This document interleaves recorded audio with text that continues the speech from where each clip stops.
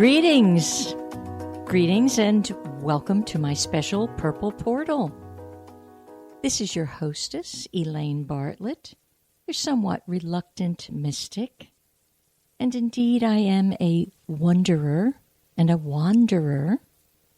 And I hope to bring some of my wondering thoughts and insights to you, to expand your thinking, to enlarge your consciousness, because I know if we can do that together, you will fly high, you will be loving life, and you will have the life that you actually are destined to have, which is, by all accounts, happy, delightful, and delicious. So today in the United States of America, we've got some interesting things cooking because it is what is known as Election Day. So not only am I going to be speaking about Election Day today, I took the time today from an astrological point of view, both Western astrology and Chinese astrology, to look at the two players from a very objective, candid, and kind point of view. Of course, the word kind and kindness has not exactly been the earmarks of this whole shenanigan parade, but nonetheless, I'm going to give you great dollops of it today. But first, we've got some things to talk about.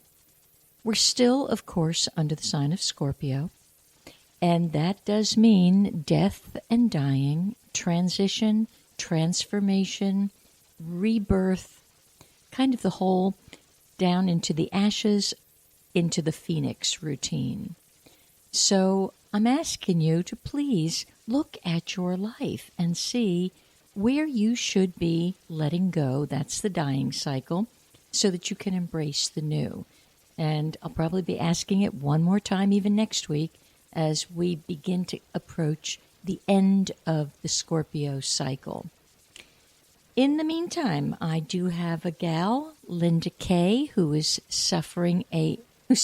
experiencing, maybe she is suffering. She's experiencing a wonderful birthday today out in Arizona.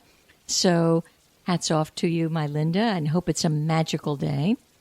And another deep, deep thought of respect and admiration for my friend Laurel, who's been going into the ashes and coming up like the phoenix for several months throughout this year of the monkey, as her whole health has been revamped. That whole body has been totally revamped, and just out of the hospital one more time. So hats off to you and happy, healthy, healing journey. You know, because we're under the sign of Scorpio and this whole flavor of death and dying, I thought I would share with you a couple of unusual things that have to do with death and dying, and actually invite you to call in with your story about this once I tell you my story. So I'll show you mine if you show me yours. And if you would, call in and share and enjoy 321-806-3159.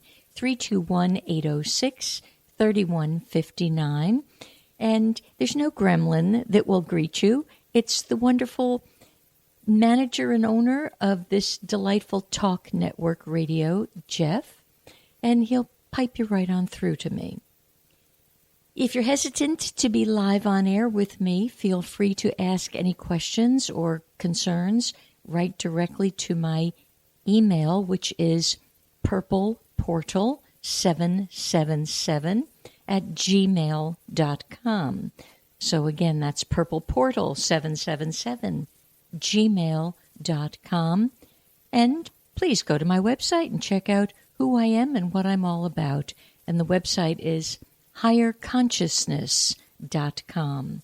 Higher Consciousness, and the higher is like the hierarchy, HIERCONSCIOUSNESS.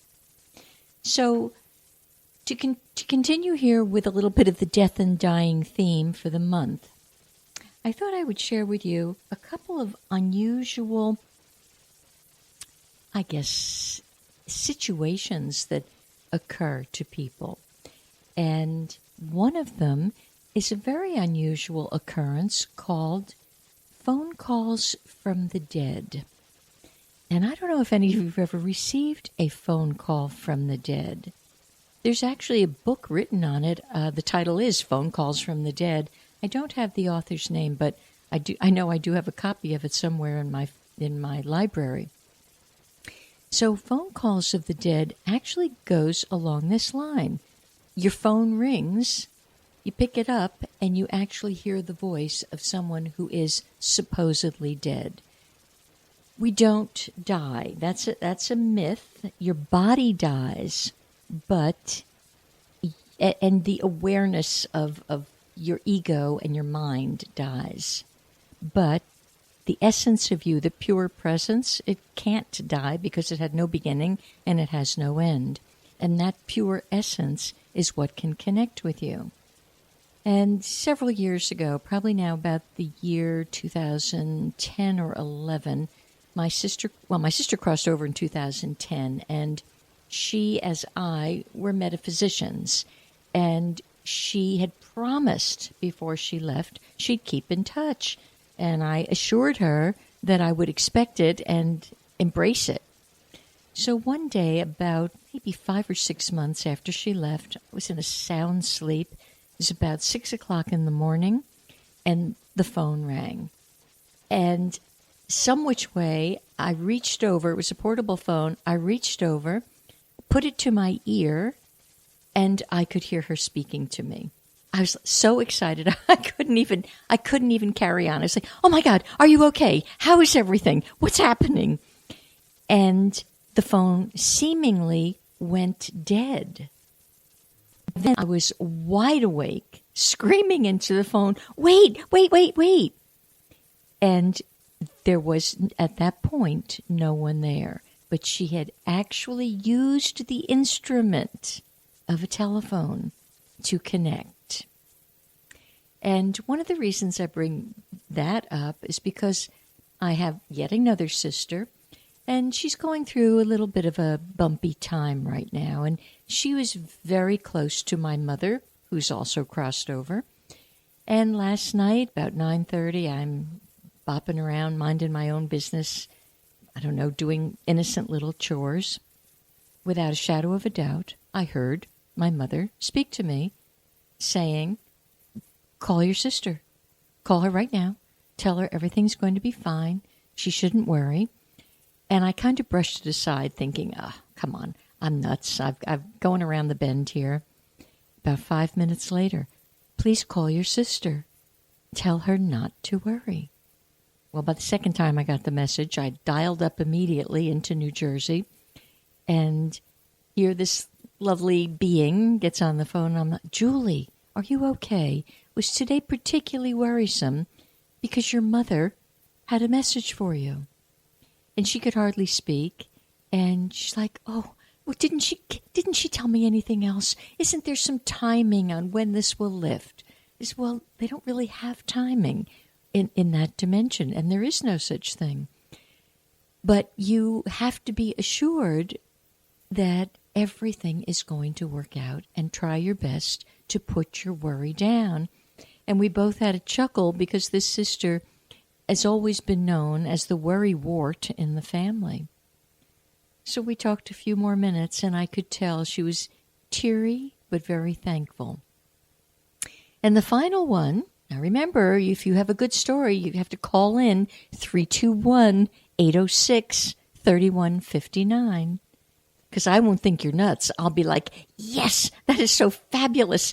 Don't doubt it. Don't deny it. Don't hide it. Enjoy it. So the last one is from a friend of mine up in the Jersey area, Janice.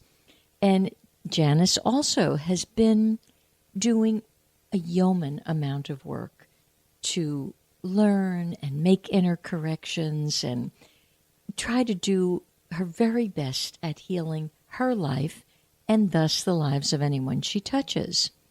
And the other night, now she didn't know I had all these other stories cooking under the sign of Scorpio, but she called to share this because it was so astounding to her.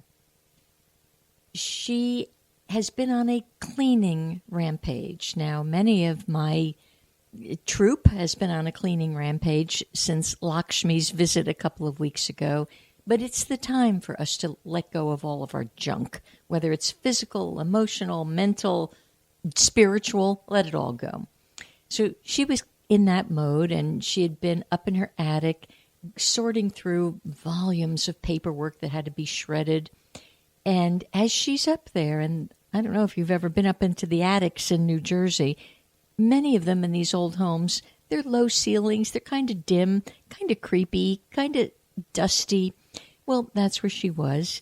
And all of a sudden, she began to think of a girl that she had met about 25 years ago on a Club Med cruise. And because these two gals were single gals, they were partnered to share the room. Well, I don't know if you've ever been partnered out of the clear blue with someone. It could be either the kiss of death and you just want to throw yourself overboard, or you luck out and it's spectacular.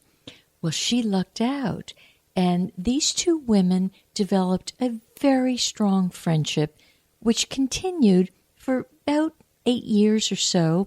And then that gal, the other gal, went on to Los Angeles to study acting and become an actress.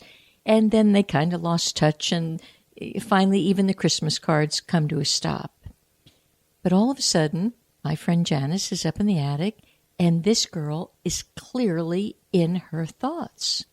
And she kind of brushed it aside. And you do doubt yourself. You think, oh, this is silly. I don't know why I'm thinking of her. Well, from the attic, when the attic was finished, she had to take herself down to the basement. And once again, the basements in Jersey are not much more great than the attics. They can be damp and dingy. So she's down there trying to hurry through whatever she needed to sort out. And she opens a box with bank statements. Resting on right under the lid, on top of the bank statements, is a letter from this girl, just sitting there all by itself. Well, the letter didn't say much, but other than, because it was written 20 years ago. But again, now the woman is enough in the mind's eye of Janice that she now goes to her computer and Googles the gal. As she was Googling, she's really feeling a deeper connection. And right as she was Googling, she understood the girl to say, I am no longer in body. With that, as she Googled, in 2004, this gal had died of Lou Gehrig's disease. So don't doubt what you're hearing. This stuff is magical. And it's such living proof that you don't die. And their friendship hadn't died. They were still connected spiritually, as you all are, as we all are. So I just thought that was pretty neat, and I just wanted to share that with you. So again, 321-806-3159. All right. One thing I would want to tell you about is from a galactic point of view. Now, the galactic energy is kind of above and beyond all my studies of metaphysics and Western astrology and Eastern astrology and Chinese astrology and numerology. It's an elite, and it's intricate and delightful, and of course it'll take me the next umpteen years to thoroughly master it. But in the meantime, I'll share what I'm getting as I go along.